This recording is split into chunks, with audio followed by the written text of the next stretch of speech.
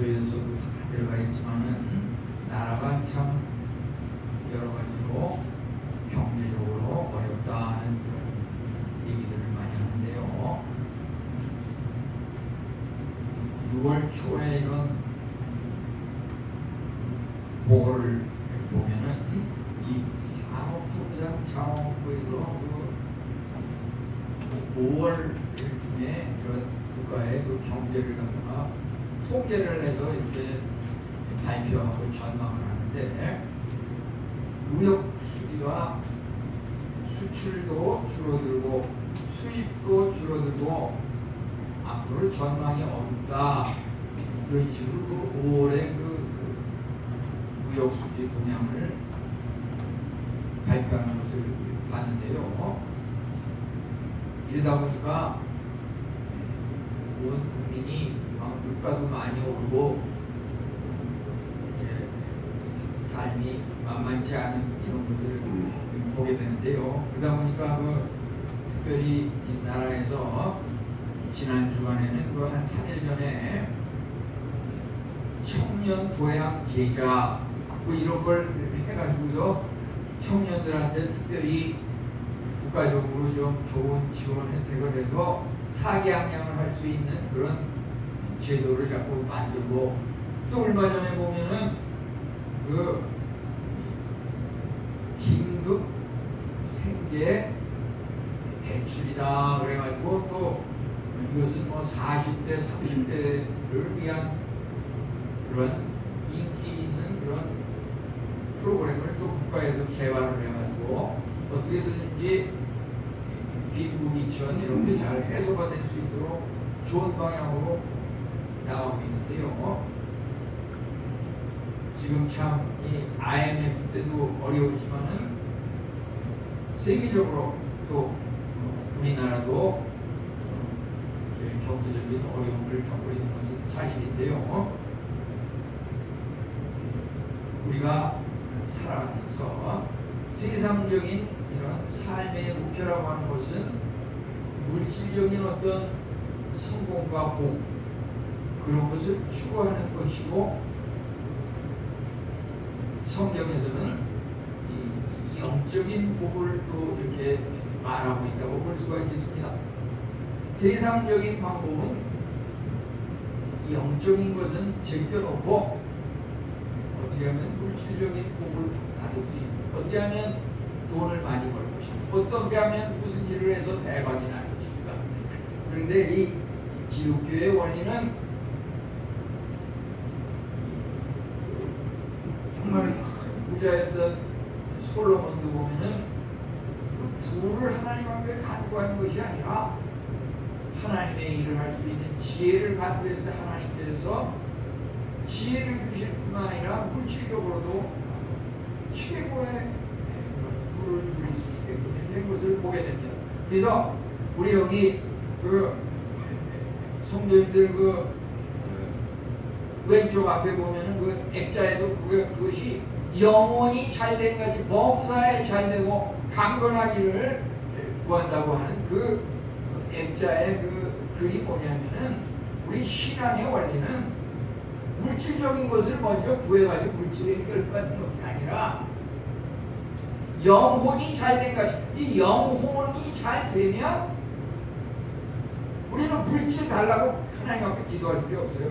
영혼이 잘 되게 해주십시오. 그러면 하나님께서 영혼이 잘된 같이 범사에 잘 되고 건강하고 강건해지는 그런 복이 자동적으로 따라오는 겁니다. 그래서 우리는 오늘 말씀도 여기 15절에서 18절 거기도 보게 되면은 결국은 영적인 복을 받는 방법, 어떤 사람이 영적인 복을 받는가, 이거에 대해서 여기 이제 15절에서 18절 사이에 나와 있는 겁니다. 신약에 보면 무슨 팔복이다, 산상수훈에 무슨 복이다 많이 나오지만은 구약에도 그런 내용이 많이 나오는데, 결국은 여기서 기뻐하는 소리, 즐거워하는 소리, 이런 게 전부 복된 소식인데, 여기서는 그 영적인 복에 대해서 말하고 있는 겁니다.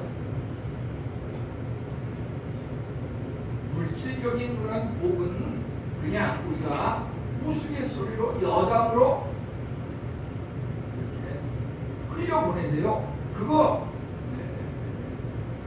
어떤 사람이 뭐 증권을 하는 사람은 증권에서 이렇게 하면 최고로 돈을 번다. 뭐 이런저런 무슨 투자를 잘해서 돈 버는 사람은 이렇게 하면 좋다더라. 이 얘기들이 많지만은 그렇다고 해서 그 사람들이 결국에 가서는 흐지부지 되고 또 망해가지고서 피신하고 이런 경우 결과를 보게 되거든요. 그러니까 그것은 그냥 지나가는 소리로 하는 게 좋고, 그렇지만 이 하나님의 복에 대해서, 영적인 복에 대해서 이야기한 성경 말씀은 지나가는 소리로 들으면 안 되고, 이것은 유일한 절대 꼭 지켜야 되는 시편 133편에 보면 복을 받으라 명령하였느니라. 우리 예수님 믿으면서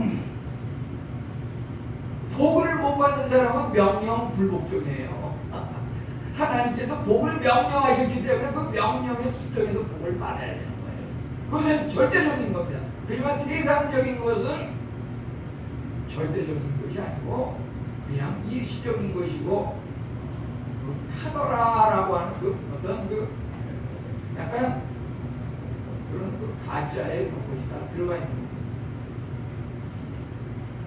세상적인 물질적인 방법이야 뭐 부지기수로 많지만 그 어떤 무슨 경제 전문가라 그래도 그것이 절대 그거대로 될 수는 없어요. 그래서 제가 그렇다고 해서 저도 여러 가지 그런 방법을 알고는 있는데 하나님께서 허락하시는 범위 내에서 그런 것이 주어지는 겁니다. 예를 들어서 물질에 대해서도 제가 이렇게 얘기할 수 있는 것은 우리가 말이죠, 그 돈을 벌 수 있는 그 방법, 이 성경처럼 절대적인 건 아니에요. 그냥 지나가는 소리를 들으세요. 예를 들어서 우리가 종이를 갖다가 지폐 크기로다가 이렇게 접어가지고 말이죠, 돈 지폐 크기로 종이를 접어가지고 그 종이를 갖다가 막 이렇게 막 때려보세요. 뭐 돈 나와라 뚝딱 그래도 좋고, 나는 이렇게 하는 일마다 안 되냐 뭐 좋고, 하여튼 그 종이를 지폐 크기로 해서 막 때려봐요. 그러면 종이가 어떻게 반응할까요? 아무리 참을성 많은 신사임당이지만 얼굴이 뻘겋게 달아올라가지고 그 신사임당 얼굴이 들어가 있는 그 5만원권 지폐로 되는 겁니다. 잘 이해가 안 되는 사람은 다시 한번 또 기회를 줄게 되고, 예를 들어서 그 지폐 크기로 적은 그 종이를 갖다 말이죠, 막 꼬집어 보세요. 막 꼬집어요. 막 꼬집으면 이좀 이렇게 멍이 들지 않습니까? 아무리 인자한 세종대왕도 얼굴이 퍼렇게 멍들면 그 10,000원짜리 세종대왕 얼굴이 들어가 있는 그 10,000원짜리로 그 종이가 변하는 겁니다. 그래도 이해가 안 되는 사람을 위해서 한 번 더 설명을 하면요, 그 전혀 그게 이해가 안 돼. 옥상으로 한번 올라가시죠. 옥상으로 올라가가지고 말이죠, 그 종이를 갖다가 떨어뜨릴까 할까, 옥상에서 말이죠, 떨어뜨릴까 할까 그러면 그 종이가 하얗게 찔려가지고 말이죠, 야 이거 떨어져 죽으면 어떡하냐. 그러니까 하얀색의 그 자기한 수표로 변하는 겁니다.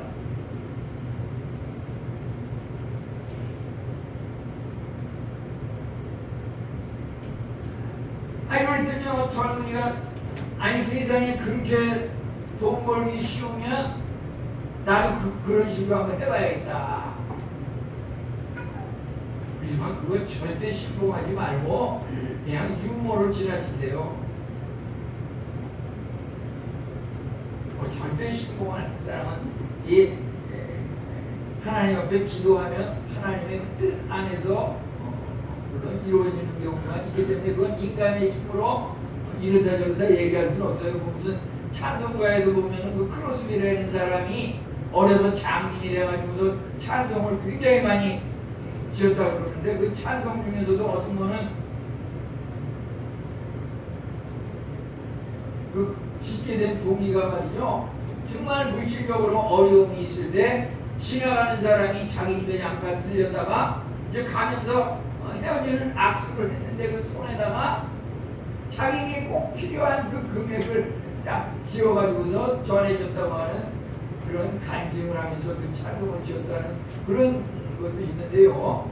이런 것들은 저 어디까지나 지나가는 소리로 들으시고 우리는 절대적으로 꼭 믿고 따라야 되는 것은 이 성경에 나오는 복받는 비결. 이것은 그냥 뭐 어떤 사람은 되고 어떤 사람은 안 되고 그게 아니에요. 이거대로 하면 1.1을 틀림없이 그대로 되는 겁니다. 예를 들어서 여기서 우리가 15절에 보면은 즐겁게 소리칠 줄 아는 백성은 복이 있나니, 이것은 뭐냐면 뭐를 향해서 즐겁게 소리치는 그 말이 뚜렷이 안 나와 있는데요. 이게 도대체 복받는 비결이 말이죠. 즐겁게 소리칠 줄 아는 백성은 복이 있나니. 그 앞에 있는 걸 연결해서 한번 생각해 보는 게 좋을 것 같아요. 그 14절에 보면은 의와 공의가 주님 보좌의 기초고 인자함과 진실함이 주 앞에 있나이다. 그래서 즐겁게 소리칠 줄 아는 자는 복이 있나니, 이 말은 하나님을 향해서 즐거워하는 자, 그게 복이 있다는 말입니다. 하나님을 향해서 즐거워하는 자, 이 복을 받는 사람은 하나님을 향해서 즐거워하는데 복을 받지 못하는 사람은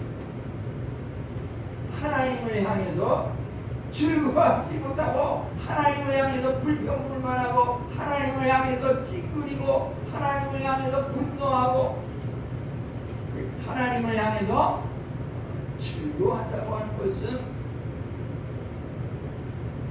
하나님을 가까이 하고 하나님을 생각하고 아침에 일어나면 그 무엇보다도 하나님을 먼저 찾고 하나님의 말씀을 찾고 하나님과 대화하는 그 기도를 하고 싶고 하나님과 이렇게 대화를 나누면서 감사와 찬양의 그 영광을 돌리고 싶고 이런 것이 말이죠. 오늘 이렇게 15, 16, 17, 17절, 18절에 가면 하나님을 기뻐하는 자를 하나님께서 그 뿔을 높이고 그 사람을 높인다고 이렇게 여기서 말하고 있습니다. 우리 여기 영적인 복을 받는 방법이 여기에 이제 나와 있는 것 중에서 우선 즐겁게 소리칠 줄 아는 백성은 복이 있다. 이런 부분하고요. 그 다음에 주의 얼굴 밑 안에서 다니는 자, 그가 또 복이 있는 것이고요. 그 다음에 이제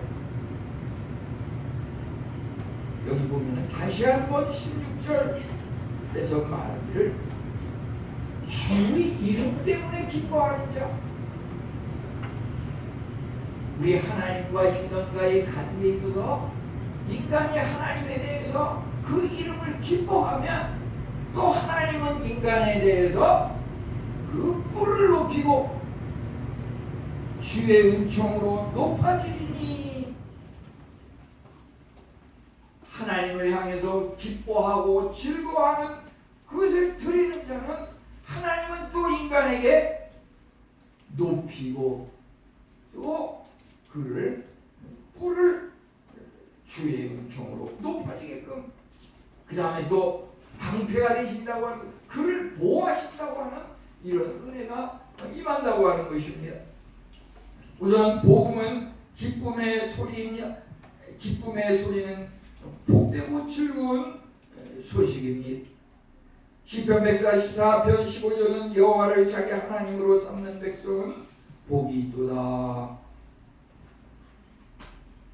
우리가 참으로 아침에 일어나서 제일 먼저 무엇을 합니까? 왜 하루를 살아갑니까? 왜 인생이 주어졌습니까? 아침 일찍이 그 맑은 공기를 가르면서 뚜벅뚜벅 걸어서 하나님을 향해서 걸어가는 그 사람의 그 마음과 기쁨과 몸의 그 상태라고 하는 것은 하나님의 구원의 날이 가까웠구나. 이것이 바로 하나님을 향해서 기쁨의 소리를 외치는 자의 그 행위라고 하는 것입니다. 우리가 시편 119편 105절은 뭐라고 말하고 있습니까? 주의 말씀은 내 발의 등이요 내 길의 빛이니이다. 하나님을 향해서 기뻐하는 자는 성경은 아무리 2,3,000년 전에 쓰여진 거지만 그 내용은 우리의 길에 비치고 우리 앞길을 밝히는 등인 것입니다. 그것은 미래에 관한 나의 미래에 대한 것이 여기다 기록이 되어 있는 것입니다. 그래서 우리는 하나님의 복음을 통해서 미래에 대해서 밝은 전망, 승리의 전망을 할 수밖에 없는 것입니다. 세상에 많은 책이 있고 인간적으로 유익한 무슨 이주일에 이달에 금년에 최고 베스트셀러 무슨 책들이 많이 나오고 그러지만은 그 세상 책과 이 성경의 그 성이라고 하는 것은 거룩한 구별된 그 차이점은 뭐냐면은 디모데후서 3장 16절에 나와 있듯이 모든 성경은 하나님의 감동으로 된 것이다. 교훈과 책망과 바르게 함과 의로 유익하게 유익하니 감동으로 됐다고 하는 것은 하나님의 영감을 통해서 기록되어 있다고 하는 것이다. 그 글 하나하나 한 구절 한 구절이 사람이 기록한 그 책과는 전혀 다른 것, 차원이 다른 것입니다. 거기에는 참으로 죽음을 살리는 생명의 그러한 말씀이 있는 것입니다. 그 하나님을 향해서 기뻐하는 그 사람은 결국 그 기쁨이 넘치는 자에게, 이 기쁨이라고 하는 것은 엔돌핀을 형성한다. 엔돌핀이 생성된다고 하는 것, 통증을 멈추게 하는 진통 효과가 있는 그러한 것들을 생성시키다. 그것이 형성이 되면은 몸 안에 그 통증이 없어지면서 이제 각종 난치병, 불치병, 암, 이 모든 것들이 다 해결이 되고 회복이 된다고 하는 것이, 그 기쁨이라고 하는 것이 바로, 왜냐하면 모든 병이 기쁨과 반대되는 그러한 감정에 의해서 생기기 때문입니다. 감정을 7가지, 완전수 7가지로 말하면 노이사우비경공 그러는데요. 노라고 하는 것은 분노를 많이 하게 되면 자꾸 뭐가 속끝이 올라와요. 머리가 붉어집니다. 자연의 무슨 온난화 기후현상과 마찬가지로 소주인 인간이 뜨끈뜨끈해지고 붉어지고 머리가 화끈화끈 달아오르면 이 머릿속에 모든 것을 지배하는 것이 여기다 들어있는데 그게 활활 달아올라서 폭발하는 겁니다. 혈압도 올라가고 머리가 아프면서 성인병, 단백뇨, 고혈압, 동맥경화 모든 것이 다 생겨난, 생각을 너무 골몰이 하면 꽉꽉 뭉쳐서 소화도 안 되고 근심 걱정, 슬퍼하는 것, 놀래기 잘하는 것, 공포와 두려움, 이 모든 것들이 사람의 몸을 갖다가 병적인 걸로 자꾸 진행시킨다고 하는 것이, 그것을 회복시키는 것은 기쁨이라고 하는 감정, 그 기쁨이라고 하는 감정을 통해서 사람의 몸이다 회복이 되는데, 거기서 즐거운 소리, 즐겁게 소리칠 줄 아는 그런 백성의 그러한 성품이 함양되는 것입니다. 이 복음은 참으로 즐겁고 복되고 좋은 소식, 행복한 소식입니다. 여기서 말이죠, 17절에 보면은 우리의 뿔이 주리 은총으로 높아지리이다. 왜 뿔이라는 말이 나왔을까? 이거 생각해보면 말이죠, 이것이 이사야서 61장 2절을 누가복음 4장 18, 19절에 인용을 하여서 그 말이 이렇게 신약 구약에도 똑같이 나오고 있는데요, 그것은 뭐냐면은 하나님의 그 복음이 마음이 상한 자를 고치며 포로된 자에게 자유를, 갇힌 자에게 노임을 선포하며 여호와의 은혜의 해를 선포하며, 여호와의 은혜의 해를 선포한다고 하는 것은 희년을 말하는 거. 희년이라고 하는 것은 이 주빌리라고 해가지고 희년, 이 7년마다 돌아오는 그 안식년, 그것을 다시 7번 하게 되면 7, 7이 49 하면은 이제 49년이 지났을 때 50년째 됐을 때 대안식년이라고 해서 그것을 희년으로 잡습니다. 그때는 종으로 노예로 있던 사람이 해방이 돼서 또 그 땅 밭을 갈고 땅을 경작하던 그 땅을 쉬게 만드는 겁니다. 그것이 바로 희년이고 대안식년인 것입니다. 그 희년. 근데 그 희년이라고 하는 말이 무슨 뜻을 지녔냐 하면 그 뜻이 나팔 소리, 뿔나팔 소리, 이런 의미를 지녔죠. 뿔나팔 소리.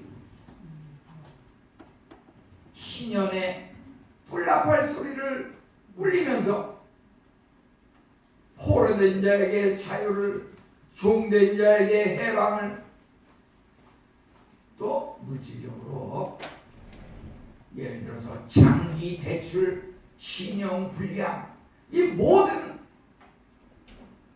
구속당하는 이러한 경제적인 문제도 다 그냥 영으로 만들어요. 영으로. 그거 있잖아요. 왜 무슨 박근혜 대통령, 이명박 대통령 보면 들어갈 때는 10년, 20년, 30년 막 이렇게 판결을 받고서 들어가지만 정권이 바뀌고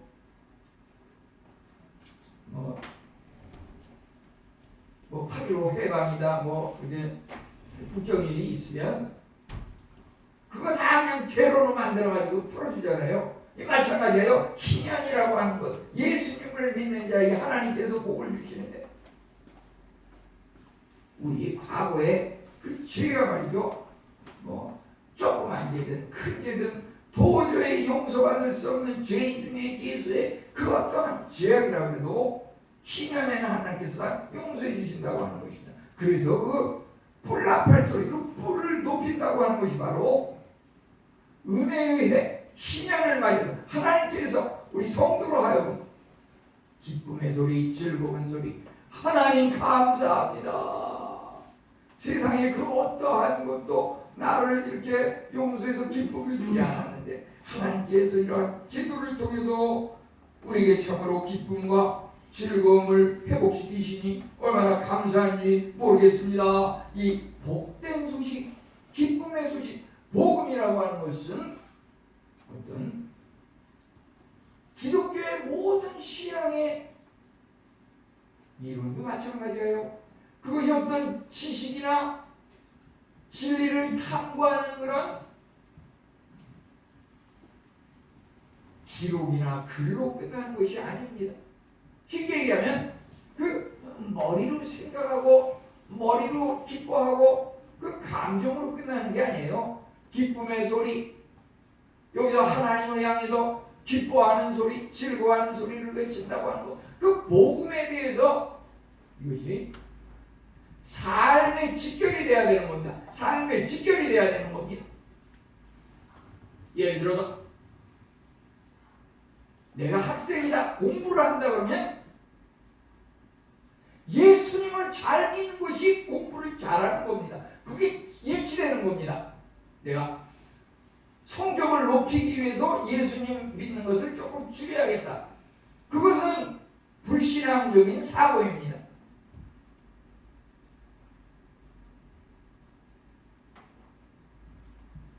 결국은 세계에서 최고로 IQ가 높고 지식이 뛰어나고 뭘 발명을 하고 어떤 것을 높은 실적을 올리고 다 하나님을 믿는 하나님께서 주신 지혜를 통해서 이루어지는 것이지 무슨 마호메트나 무슨 석가모니가 주는 그런 지혜를 통해서 그 사람들이 그런 실적을 내는 게 아니고 그런 돈을 버는 게 아닙니다.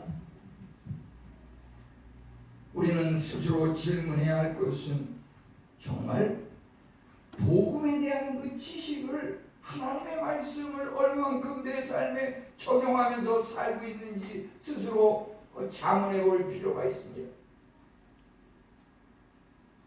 그냥 성경은 성경이고 내 삶은 삶이고 그게 따로 있는 게 아닙니다.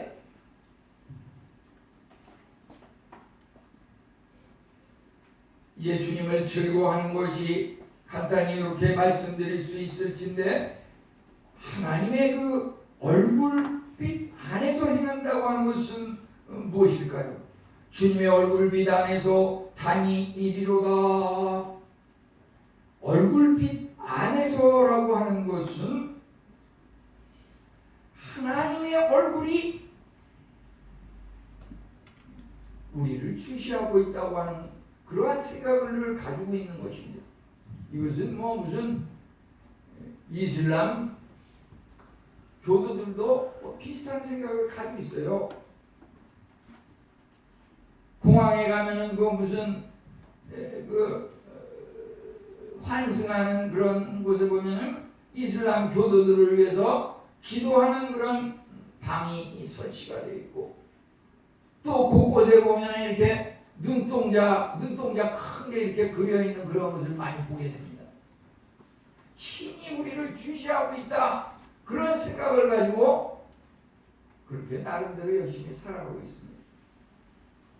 여기서 하나님의 얼굴빛 안에서 다닌다고 하는 것은 하나님께서 나의 모든 것을 바라보고 있다는 것을 인식하면서 그런 생각을 가지고 살아간다고 하는 것이다. 일거수일투족 그 모든 것을 하나님의 얼굴 앞에서 불꽃 같은 눈동자 앞에서 부끄럼 없는 삶을 살도록 그렇게 살아가는 그것을 말하고 있는 것입니다. 얼굴빛 안에서 단일이로다. 하나님 안에서 안식을 누린다고 하는 것은 편안히 아무것도 안 하고 그냥 있는 것이 아니라 단일이로다. 주님의 얼굴빛 안에서 단일이로다. 이리저리 다니는 역서저기로 다니는 것입니다. 예수 믿는 사람은 불교하고 차이점이 부지런히 여기저기 다닌다고 하는 것. 발전적이고 진보적이고 하루하루 달라지는 그런 것을 말하고 있는 것입니다. 능력에서 능력으로 승리에서 승리로 영광에서 영광으로 계속해서 진보해 나가는 것이 기독교인의 특징입니다. 불교인들은 그냥 색즉시공 이렇게 아무것도 안 하고 그냥 가만히 있는 거기서 무슨 진리가 터득이 된다.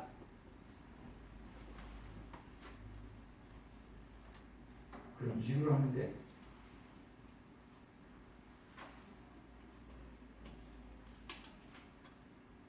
제가 있던 그 스리랑카도 보면은 세계에서 아마 제일 휴일이 많은 나라일 거예요. 그 스리랑카가 사회주의 국가인데 일반적인 국경이 물론 있지만은 딴 나라에서 없는 것 중에서 보면은 뽀야데이라고 그래가지고 그 뽀야가 보면 보름달을 말하는 보름달이 둥그렇게 뜨는 그 날은 절에 가는 날이라고 그래가지고 쉽니다.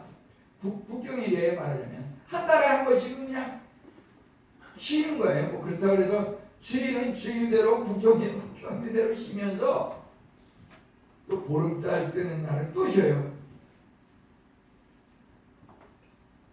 그냥 그렇게 시기를 좋아하고 이러니까 나라가 가난하고 발전이 좀 더디죠. 그런데 우리 주님의 얼굴빛 안에서 다니는 우리 기독교는 부지런히 이곳에서 저곳으로 옮겨서 목표를 향해서 끊임없이 전진해 나간다고 하는 것입니다. 우리 창세기 5장 22절에 보면은 에녹은 300년 동안 하나님과 동행하더니, 살아있는 상태에서 그 에스겔과 에녹은 살아있는 상태에서 승천한 그것이 특징이지 않습니까? 하나님께서 함께 하신다고 하는 것, 그것이 바로 주님의 얼굴빛 안에서 다니는 것을 말하고 있는 것입니다. 요한복음 14장 21절 3절은 말씀을 붙잡고 지키는 자, 또 마태복음 28장 19, 20절은 말씀을 가르쳐 지키게 하는 자, 그 사람에게 내가 너와 함께 하리라 이렇게 약속하고 계셨습니다. 하나님께서 함께 하신다고 하는 것, 얼마나 화평한 것인지, 얼마나 든든한 것인지 알 수 없습니다. 이제 여기 즐겁게 소리칠 줄 아는 백성, 무엇을 즐겁게 소리칠 줄 아는 것을 말합니까? 14절에 보면은 하나님의 의와 공의, 하나님의 인자하심과 진실함에 대해서 즐겁게 소리치는 것을 말하고 있는 것입니다. 복음은 참으로 구원에 대한 지식일진데 그것을 갖다가 불신자들은 잘 받아들이지 않는다고 하는 것입니다. 우리가 이것을 앉아서 듣는다 그래서 꼭 다 믿는다고 볼 수는 없고, 이것을 들을 때 나에게 하는 말로 내 자신에게 이렇게 잘 긍정적인 방향으로 적용하는 것이 중요하겠습니다. 이것을 말을 들을 때 자기 자신을 돌아볼 생각은 안 하고 이 말 내가 아는 친구 중에서 아무 개가 꼭 와서 이걸 들었으면 좋았을 텐데 너무 아깝다 이러면 안 돼요. 그거는 나중에 할 생각이고, 우선은 내 자신이 이 말을 어떻게 적용해서 내 삶에 하나님의 그 복음을 통해서 구원을 얻을 것인가, 이런 방향으로 생각을 해야 되는 것입니다. 우리가 참으로 하나님의 인자와 성실이라고 하는 것은 하나님께서 한 번 말씀하신 것을 결코 인자가 아니시니 후회가 없으시도다. 어찌 그 하신 말씀을 실행치 아니하시겠느냐. 하나님께서 반드시 그것을 이루시고 실천하신다고 하는 그런 확고한 믿음을 가지고 이 하나님의 말씀을 대해야 하는 것입니다. 그렇게 할 때, 믿음으로 받아들일 때 우리는 참으로 하나님에 대해서 늘 온종일 24시간 살아가면서 기쁘고 즐거울 수밖에 없는 겁니다. 하나님께서 참으로 항상 기뻐하라, 쉬지 말고 기도하라, 범사에 감사하라, 항상 기뻐하라, 다시 말하노니 기뻐하라. 끊임없이 하나님께서 기뻐하라고 명령하고 계신 것은 우리 인간적으로 생각할 때 뭐 잘 되고 잘 풀리고 이래서 기뻐하라는 말이 아니라, 고난과 역경 속에서도 뭐가 일이 잘 안 풀리고 힘들어도 기뻐하라는 말입니다. 세상적으로 생각하면 이해가 안 될 수도 있는데, 우리는 그 사도행전에서 바울과 실라가 참으로 감옥에서도 하나님 앞에 기도하면서 믿음으로 나아갈 때 하나님을 찬송한 것을 보게 됩니다. 어떻게 감옥에서 하나님을 찬송할 수 있습니까? 감옥에 들어가면 세상적으로 생각하면 내가 아무 잘못도 없는데 왜 이곳에 나를 잡아여가지고 이 고생을 시키나, 세상 참 불공평하고 억울하다 이렇게 생각하고 시무룩해질 수 있겠지만은, 하나님을 믿는 성도들은 그러한 상황에서도 하나님을 찬양할 수 있는 것. 하나님을 찬양하니까 어떤 기적이 일어났습니까? 창고가 풀리고 감옥 문이 열리고 모든 그 감옥에 같은 죄수들이 바울과 실라와 함께 해방되지 않았습니까? 우리가 참으로 여기서 주의 얼굴빛 안에서 다니리로다, 이 말은 하나님의 인도하심을 받는다고 하는 그런 말입니다. 하나님의 인도하심을 받는다고 하는 것은, 하나님과 동행한다고 하는 것은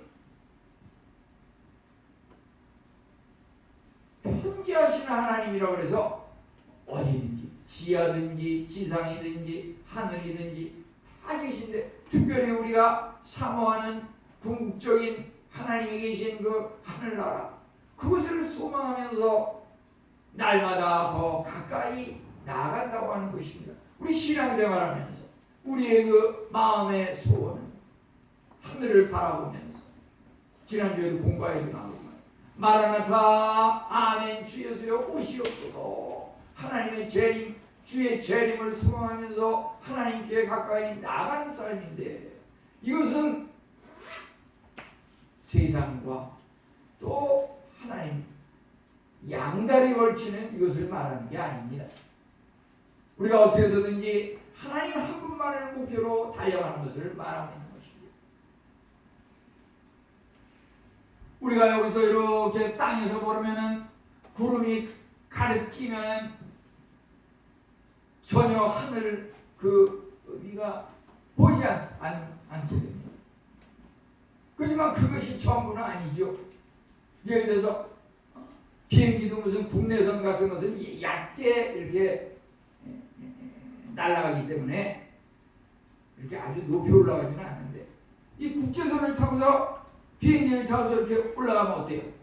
그 구름 위로 올라가가지고서 구름을 내려다보고 그 구름 위에 비행기가 올라갔을 때 얼마나 찬란한 빛이 비치면서 그 하늘이 얼마나 눈부시게 빛나고 맑은지 알 수가 없어요. 우리 하나님을 바라보고 하나님께 더 가까이 나가는 삶이라고 하는 거 말이죠. 세상과 하나님 중간에서 그냥 침침하고 그 흐리멍텅한 그 구름 낀 그런 삶 속에서 살아가서는 안 되는 겁니다. 우리가 영적으로 하나님을 만나고 하나님과 동행하고 하나님과 함께 산다고 하는 것은 구름 위에 높이 올라가서 하나님께도 가까이 찬란한 그 태양빛을 바라보면서, 그 구름 위에 올라가면 그 위에 또 구름이 있지는 않아요. 그냥 맑은 하늘, 찬란하고 눈부신 그 하나님의 세계만이 보이는 것입니다. 우리는 그와 같은 삶을 소망하면서 믿음의 생활을 하는 사람은 영적으로는 이미 비행기를 타고서 하늘로 올라가서 하나님과 함께 동행하는 그런 삶을 살아가고 있는 거라고 볼 수가 있겠습니다. 이제 여기 보면은 주님을 종일 기뻐하고 높임과 보호하심을 받는다고 하는 것은 무엇입니까? 종일 주의 이름 때문에 기뻐하며, 우리의 그 기쁨이라고 하는 것은 슬플 때나 기쁠 때나 즐거워할 수 있는 것, 영원한 기쁨인 것입니다. 세상적인 것에 목표를 뒀을 때는 그것은 잠시 잠깐 왔다 없어지는 것이기 때문에 거기에는 어떤 지속적인 기쁨이 있을 수 없습니다. 빌립보서 4장 4절 말씀대로 주 안에서 항상 기뻐하라. 내가 다시 말하노니 기뻐하라. 우리가 하나님을 기뻐한다고 하니 얼마나 세상이 과거에 없었던 이런 용어들이 생기고 환경이 얼마나 바뀌고 변하는지 알 수가 없습니다. 온난가스라고 하는 지구온난화 현상으로 인해서 산불이 나고 지진이 일어나고 각종 전염병, 감염병이 생기고 이런 것들이 있을 뿐만 아니라 또 자꾸 세월이 가다 보니까 무슨 오염수 폐기물을 뭐 바다에 뿌린다더라. 도대체 뭘 믿고 어떻게 뭘 먹고 삽니까? 우리 이런 어려운 때일수록 하나님을 의존할 수밖에 없는 것입니다. 요 다음에 요 한번 사진 한번 우리 보면은요, 성도와 하나님의 관계에 있어서 우리 신앙생활은 하나님과 나와의 그 관계가 올바로 대하는 것이 중요한 것입니다. 우리 인간적인 입장에서는 하나님에 대해서 늘 그 마음의 감정이 말이죠, 기뻐하고 즐거워하는 그 감정을 하나님 앞에 표현하면서 살아가는 것이 중요한 것입니다. 이렇게 우리 성도 인간의 입장에서 하나님을 즐거워하고 기뻐하는 그 마음의 표시와 감정과 생활을 하나님 앞에 자꾸 보낼 때 하나님께서는 우리 인간에게 높여주시고 보호하시고, 세상에 참으로 얼마나 불안하고 험난한 이러한 것들이 많이 있으신데 보호해 주시고 우리를 높여 주신다고 하는 것입니다. 그게 바로 성도와 하나님과의 관계에 있어서 하나님은 참으로 존경하는 자를, 하나님을 존경하는 자를 하나님도 높이신다고 하셨습니다. 우리가 하나님을 싫어하고 분노하고 하나님을 원망하는 이러한 사고방식을 가지고 살아가면은 하나님께서도 우리를 낮추시고 우리를 상실한 가운데 내버려 두신다고 합니다. 상실한 가운데 내버려 두시는 것이 하나님의 그 징계 중에서, 하나님의 심판 중에서 가장 무서운 것이 바로 그겁니다. 우리가 하나님을 믿든 말든 예배에 참석하든 말든 그냥 내 마음대로 할 때만 해봐, 그냥 내버려 두신, 그것이 하나님의 가장 무서운 그런 심판인 것입니다. 하나님께서 참으로 우리가 잘못할 때는 고통과 시련 중에서 하나님께서 나와 함께 하시는구나, 나를 회복시키는 것이구나, 이것을 깨달으면서 결국은 우리가 이제 사자도 보면은 뭐 똑같은 그 여러 가지 의미가 있겠지만은 우선 목사님을 사자라고 하는 것은 그런 동물 사자라기보다 하나님께서 보내신, 하나님으로부터 보내심을 받았다고 해서 사자인데요. 제가 말씀드리고 있는 것은 베드로전서 5장 8절에 보면은 마귀 사탄이 우는 사자같이 우리를 삼키기 위해서 호시탐탐 노린다고 하는 것. 마귀 사탄이 우는 사자같이 우리를 집어삼키려고 이렇게 합니다. 그러면 하나님을 믿는 자들은 그 우는 사자 같은 마귀 사탄을 어떻게 대항할 것인가? 우리는 그 다니엘서에 나오는 그 다니엘이 말이죠, 사자굴 속에 들어갔지만은 하나님께서 살려주시고 사자의 입을 봉하셔서 살려주시는 것을 보게 됩니다. 우리 하나님을 믿는 사람은 세상에 그 어떠한 고난과 어려움과 시련이 있을지라도 불안해할 필요가 없고 늘 하나님께서 우리의 방패가 되시니까, 여기 보면은 그 17절 18절에 보면 하나님께서 우리의 방패가 된다고 하는 말은 우리를 보호하신다고 하는, 안전하게 보호하신다고 하는, 날개 아래 품어주시 눈동자같이 보호하여 주시고 우리를 늘 안전하게, 이 하나님의 말씀에 사로잡힌 이런 삶이라고 하는 것은, 그렇기 때문에 24시간이 깨어서 생각할 때마다 기쁘고 즐거울 수밖에 없는 것입니다. 이와 같은 하나님의 그 은혜, 주의 얼굴 빛 안에 다님으로 늘 하나님을 즐거워하고 기뻐하며 하나님께서는 우리를 높이시고 우리를 보호하시는 이와 같은 은혜의 관계가 우리 성도님들 모두에게 지속적으로 함께 하시기를 축원합니다.